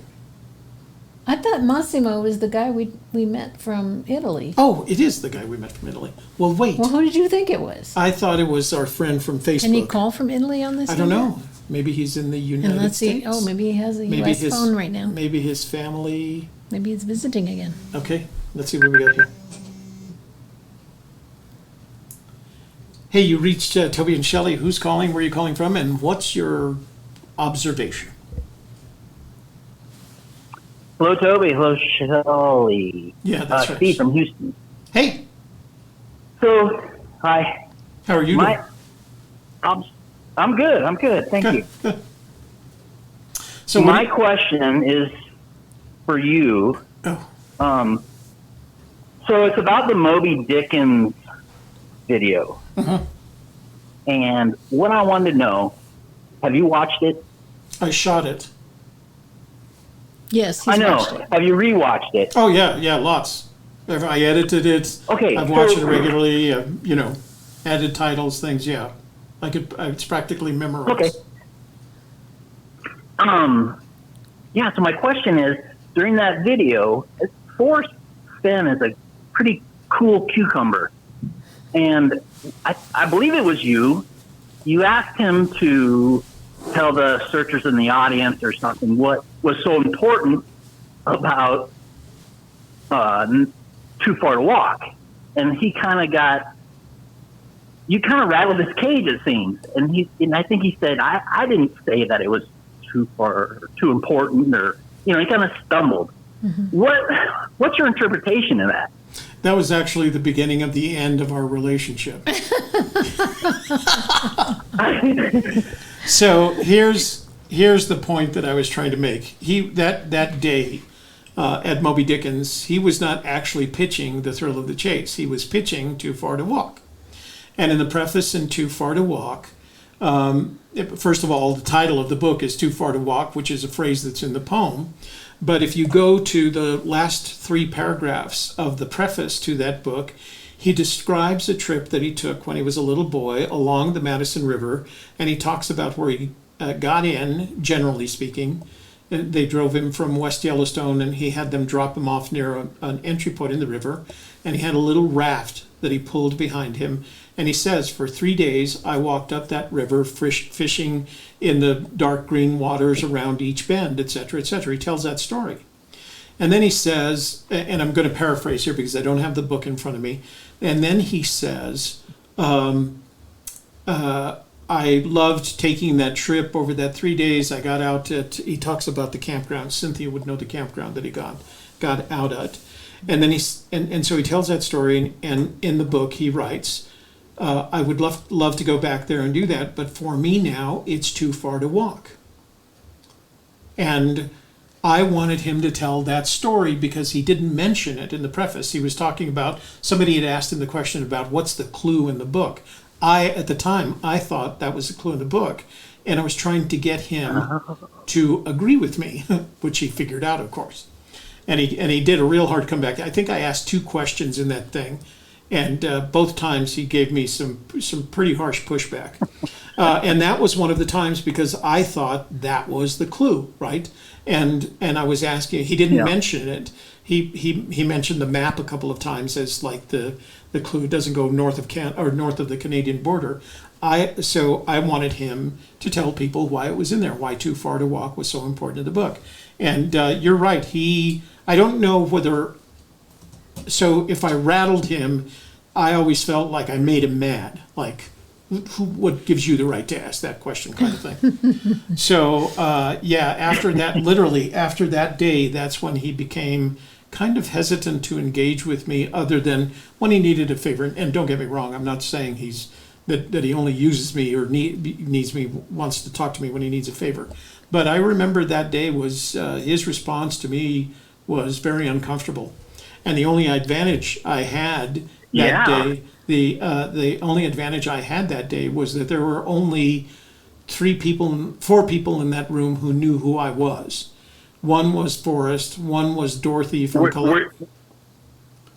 Collected Works, because she was there, and then the other 2 were Jay and Carolyn, who were the owners of the Moby Dickens bookstore at the time, and who I had asked permission to make that video. So yeah, it was if you go back and look at that moment, it was not a comfortable moment. It was awkward, yes. Yeah, that's a good way to describe it. But I was wondering if you actually maybe uncovered something there, by bringing that up, because he all of a sudden he's like, no, that's not important. Well, is it or isn't it? Who knows, right? Right. He furrowed his brow. So I thought it was kind of telling, right? But yes. Yeah, and you wonder why he went through all the trouble. He dedicated the last 3 paragraphs of the preface to the book to that story. And the point that he wanted to make is that he loved that trip. He had that one trip. But for him now, at the age he was at that point, so that was 2013. So he would have been 83. At that point, that distance was for him too far to walk along that river, as much as he'd like to go back. So I thought he was making the point. We actually did a video back in 2017 about the distance from where he put in to where he went out. And I did the video, and I wrote him in advance. I think I saw it. Yeah. And it's not actually 10 miles. It's 6, if you follow the river from point to point, it's about 6.8 miles. So that probably made him even madder after that. So I don't know. Yeah, it did make him uncomfortable, and kind of his response was like, ooh, if there were people in here who actually knew me, I think I would be embarrassed. I was wondering if he was kind of unhappy with you because it was a leading question, like you were leading him to the answer you wanted to hear. Yeah, it probably was. Yeah. But that's my experience as I thought that way as well, Shelley. Yeah. It was. Yeah. He's like, don't tell me what I'm. You kind of put words in his mouth. Yeah, exactly. Yeah. And actually, if you look at the manner in which I asked the question, it turns out that it was a why question. And I don't know if you've seen any of our other videos, but as a documentary maker and journalist, I used to teach my students, if you can avoid the why questions, avoid them. Go with what, where, when, how, and who, because why can be thought, but can be interpreted as very offensive, and he did take offense. You proved your point. Yeah, exactly. Made my own mistake and proved my own point. I could use it as a. Hey, well, I'll let you guys go and let other callers call in. But yeah, I was just curious about that, and thank you for answering. Well, thanks for watching my Moby Dickens video. I love it. It's one of the best ones out there. Thank you. Bar none. You take care. Yeah. Bye now. You too. Good night, Shelley. Bye. Yeah, that video was a lot of fun to shoot, and I don't know whether I've told you the story. I was actually up in that area about to head out that weekend on a search when I found out that he was going to be there. And the equipment I had with me was equipment that I was going to use to document my search area, because I was planning on finding the treasure. And I had a good camera. I had at the time, it was a really good camera. It was a JVC. And I had audio equipment. I had a Sennheiser microphone with a wireless connection, transmitter receiver. And so and I had one light. As a matter of fact, you can see when the one light, about 4 minutes before the end of that video, because it was a battery powered light, and I put it up in a corner just so I could highlight him. And it was a really good event. And Carolyn and Jay were just the kindest people. We actually, for a year or two after that, whenever we would go to Taos on business for various reasons, they would lend us their parents' summer home, and we would stay in this mansion. I mean, it was beautiful up there. It was just north of Taos in one of the areas where they were doing all that building. And Jay and Carolyn, all I'd have to do is I'd say, we're going to be in Taos. They'd ask what we were doing, and they'd say, well, just here, pick up the keys to the house, and we'd go there. And it was, like I said, his parents or her parents, one or the other. It was their vacation home. And then we tried to help them. There was a couple of situations where we did some commercial work for them as well, and they were trying, like the Dickens, to keep the store open, but keeping a small bookstore in a small town open with the advent of Amazon and all those other online products was really, really hard. Hey, you've reached Toby and Shelley. Tell us your name, where you're calling from. Ooh, you know what you need to do? You need to turn off the audio on your computer, otherwise we're going to get that echo. So tell us your name, where you're calling from, and what's your observation? Hi, my name is Adrian, and I'm calling from Toronto, Canada. Hey, Adrian, how are you doing today? I'm good. How are you guys doing? Good. I used to buy my shirts in Toronto. There was yeah? Yeah, there was a shirt maker in downtown Toronto, and I could get him to make custom shirts for me. It was very good. That was a long time ago. Very nice. Very, very cool. Yeah, I haven't had that done here. So what do you have to say about the search? Yeah, so actually, under the chat, my name is Massimo. It's my father's name. Oh. But anyways, yeah. So I was calling because there seems to be a lot of disagreement between the community, which obviously makes sense. The poem is pretty hard to figure out. Mm-hmm. But I think there are actually there's some pretty solid evidence that shows that it's actually not north of Colorado, and it's pretty safe to assume it is in New Mexico. And I have a few reasons why I believe that. And I know you guys also. Do you mind sharing? As well. Do you mind sharing your reasons with the community? Yeah, absolutely. Go ahead. Well, the first thing that kind of tipped me off, like, I've read the book. I bought it within the first couple of years of it coming out. Mm-hmm. Most of my first tips or first clues kind of led to Hebgen Lake and Yellowstone. Mm-hmm. But as I kind of did a bit of research and figured it out, he says he was about 80 years old, and he didn't tell his wife where he was going, which is, like, I don't know, but that kind of seems you don't have much time when you do that. You're on a day trip at the most, right? Right. And also, if you're traveling with a lot of something that's that valuable, probably not safe to do something overnight. You're probably going from point A to point B. It's something that's relatively direct, right? Mm-hmm. And he also claimed that he could go back for it if he wanted to. So it's probably not the most ridiculous trip. But those are just some basic observations. But something you said in another video, originally it was a small publication in Santa Fe for a smaller group of people. Mm-hmm. And I don't think he was prepared for how quickly this was going to blow up, how many people were so intrigued and interested in finding this treasure. Mm-hmm. So I think when he generalized it's north of Santa Fe in the mountains, he was letting it kind of be generally in that area, which would make sense if Santa Fe was kind of the secluded region that knew about this in the first place, right? Right, exactly. Right. So, and which kind of makes sense because more than one person, relatively early in this search, supposedly was within 200 feet of the chest. So most of the searchers probably came from that region.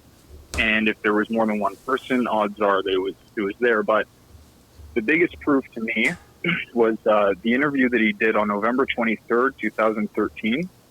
About 26 minutes in, he says something that's pretty relevant to me. They were talking about people that tried to trick him for clues, and somebody said he had found the chest, and Forrest responded saying, "I don't believe you, and in half an hour I'm going to go search for it, or going to go check if he found it."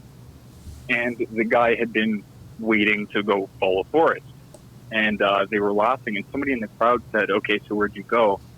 And Forrest jokingly said, "I should have driven to Montana or Idaho." And this was at a time where people didn't have the map and were still guessing other states that weren't relevant to what we know as now, right? Right. So it kind of showed that Forrest Fenn thought that driving all the way to Montana would be ridiculous.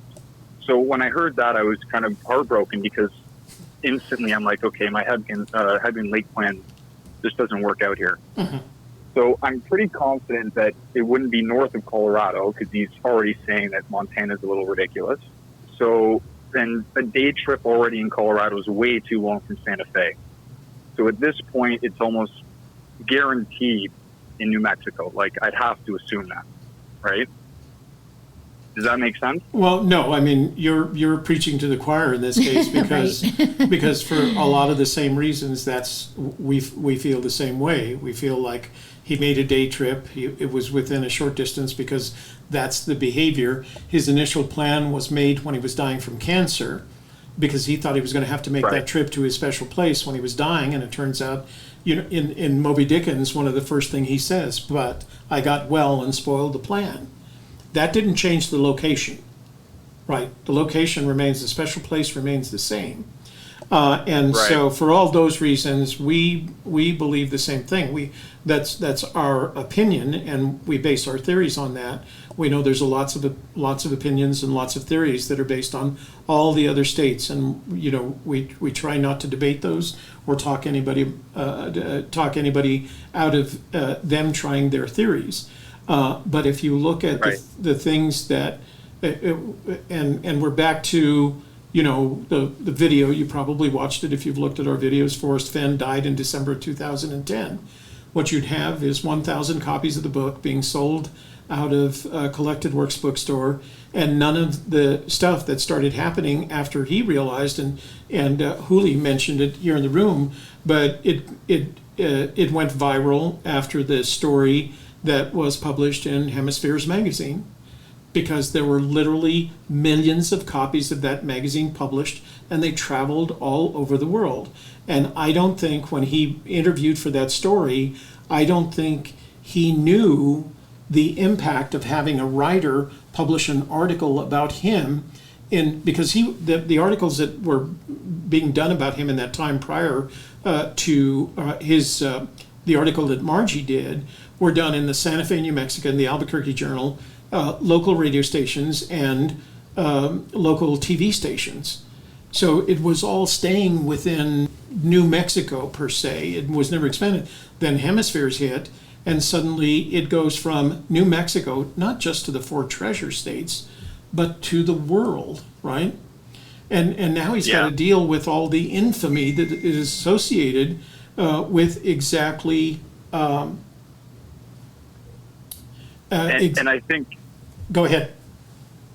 I think you're absolutely right, and it kind of shows because when he originally just says north of Santa Fe, it's for that kind of general area, and then it became so large that he knew that if there were too many people looking for it in that region, it would probably be found relatively quickly. So he had to broaden the search. Right. But then when he found out people were all the way in Canada looking in the Rocky Mountains, he probably felt bad. So he shortened the search, still making sense to a lot of what's going on, because, oh my God, you can relate so much to the areas that he gives on that map. It's insane what you can do with it, right? Yeah. But I really, truly feel that that's part of the trickery behind it. It's really just simply, it's a lot more simple than people are making it. People have already been so close, right? So to me, it has to be in New Mexico, and where warm water salt has to be a geological location that's relatively known to that for people in that area. And if it is metaphorical, it's not the craziest thing to right. figure out, right? I agree with you. I don't think there's a big stretch between the metaphor where warm waters halt and exactly what where warm water salt is, the physical location. Yeah. Right. I don't think that has to be right. And if it is metaphorical, like let's say there is the salt of near Eagle Lake where there's the Vietnam Memorial. Mm-hmm. That's not the hardest metaphorical salt, right? I don't think there would be too many of those available to you if you shorten the search to New Mexico. Right. Right. So I think that where warm water salt doesn't need to be thought of as something that's absolutely ridiculous.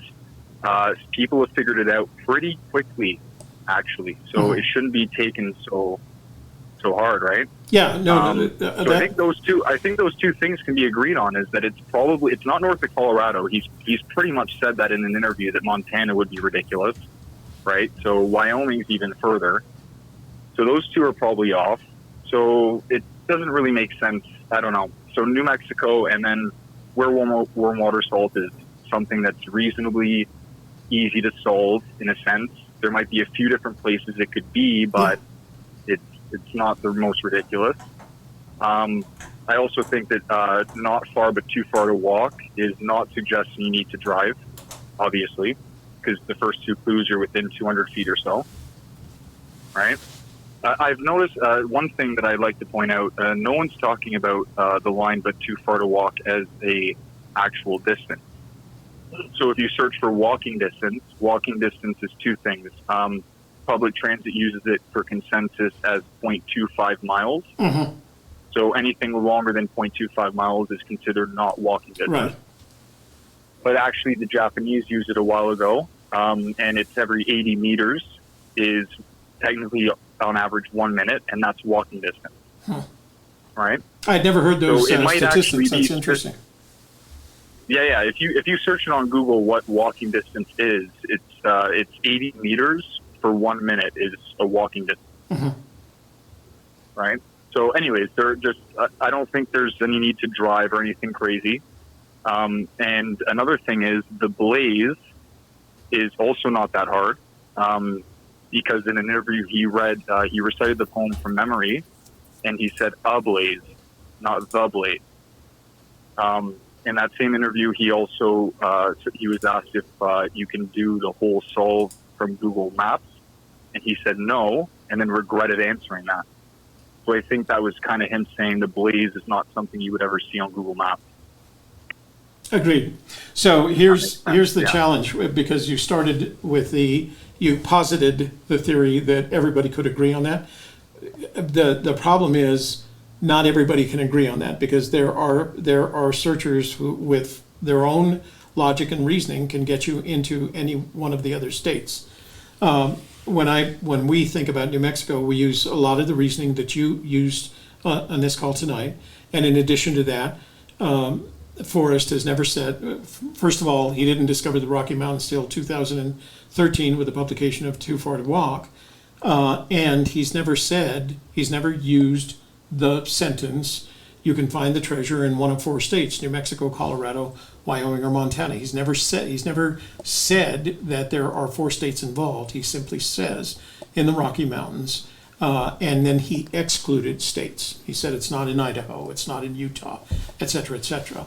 But I can find no evidence of him ever citing that there are 4 states in which the treasure can be located. So a lot of that, Right.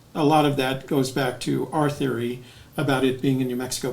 But again, I wish if it was easy to convince everybody. I mean, we've been pretty adamant about New Mexico now since 2013. We have taken trips to Lander, Wyoming, and Browns Canyon, Colorado. But honestly, we got there, and our first reaction is it's not here. It's just not. So. Right. All right, sir. Well, thank you for Yeah, calling no, tonight, all the way from Toronto. Yeah, no problem. less. Thank you. Please feel free Yeah, to call no in the problem. Thank you future guys as for having me. you come up with some of these new theories of yours and you want to share them with the group. We love when people do that. Thank you guys for the platform. I really enjoy it. Our Thank you, pleasure. guys. Thanks. So I'm going to turn off the phone for just a second because I got a text message from Christy and I want to see what she said. Let's see. Oh, okay. She doesn't want to be on live. That's okay. Okay. All right. So I'm I going to think go we're back to about the phone done lines. anyway. I mean, Oh, yeah, we only we are. got 5 minutes. Yeah, good point. All right, guys. Well, I do want to thank you all for sticking with us tonight through pain and Hell and pleasure. high water. Hell and high water. The combination of some experiences that we were having on our end and what YouTube was dealing with really made it difficult tonight. And I know I feel better that we've gotten through stacks of email and stacks of text messages so we can start new and fresh on Wednesday with new emails and new text So messages. make sure you email us. Right. And if you do need to email us, or I thought I changed that. Hang on just a second. What, Someday Funday? Someday, yeah. So our phone number is located here. If you'd like to leave a text or voicemail, you can call anytime at 866-597-9901. And you can email us at gypsieskiss@gmail.com. Gmail.com. I think people know that part. Tim and Holly It's not says. gmail.net. It's not org. Not like the olden days, earthlink.net. Has anyone ever talked about what happens when you unscramble the sentences in the poem and how several of the stanzas are the same when unscrambled? I've never heard anyone with that have that conversation, Tim. So you're in new territory based on what we know. Missouri Dave says it's on tribal land. Ooh, we disagree.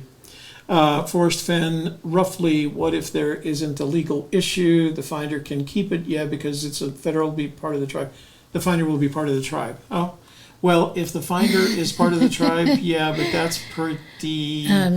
Most Native Americans don't like this treasure hunt. They're very against it, so I don't think they would be looking for it. And he says nobody's going to trip over that treasure, so then it will never be found if it's on tribal land. Yeah, I have yet to meet a Native American to whom I have described the Forrest Fenn treasure hunt who didn't already know about it and had a negative perspective of it, of both Fenn and the treasure hunt. So I just can't imagine it's on trial.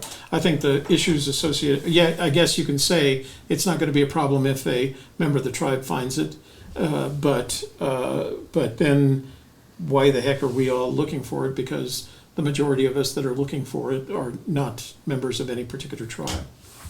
So don't search on tribal land. Do not search on tribal Not land. unless it's your land. It's a waste of, yeah, well, if it's your land and you went to go look for it, and I'm sure that you'd even have problems if you were a member of the tribe and it was on tribal land. Just Yeah, you'd probably have to share it. if you're not a member of a tribe, don't search on tribal land. It's not there, and even if it was there, you wouldn't be able to keep it, and you'd lose your pickup truck to boot. So, And maybe your drone. and maybe Your Chinese drone. been there, done that. Okay. All right. I don't have music, so we're going to have to do. We just don't have a- music? No, we don't have. We have. This is Sunday. I have Wednesday music and I have Friday We're music. gonna have to get Sunday Funday music, I guess. We're not going to do this that often. Okay, never mind then. With all the torture, besides it's another night that you have to come over. I thought you. Okay. Whatever that was. Whatever that was. Bunch of noise. All right, guys. We appreciate you being here tonight and for all your great questions and comments and your super patient attitudes about coming back 3 times to get this right. Thank you so much for that. We had a good time. Hope you enjoyed the emails as much as we did. And make sure you write to us at gypsieskiss@gmail or text us here at this number.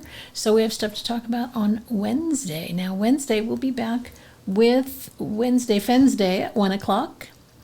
Not sure what the topic will be Subject yet. is the water thing that you did The last water. week. Probably going to talk about water. What's Water. important about water.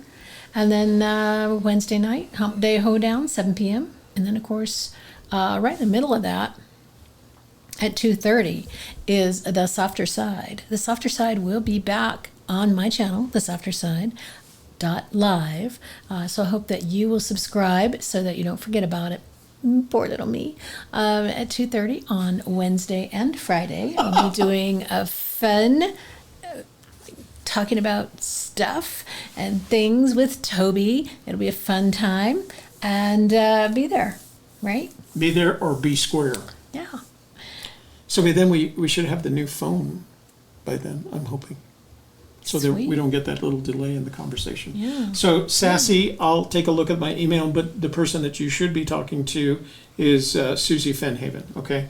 Because I only have to do one thing, and Susie Fennhaven has already, Susie says, I should probably be banned. I'm on beer number 5, so basically trashed. What? What were we talking about? Yeah, Susie. Susie.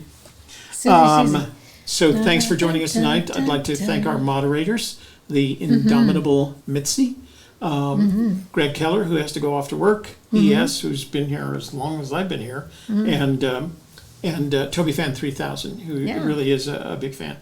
What else? Oh, for a Gypsy's Kiss, I'm Shelley Carney. And I'm Toby Younis. Thanks for joining us tonight. We'll see you Wednesday afternoon.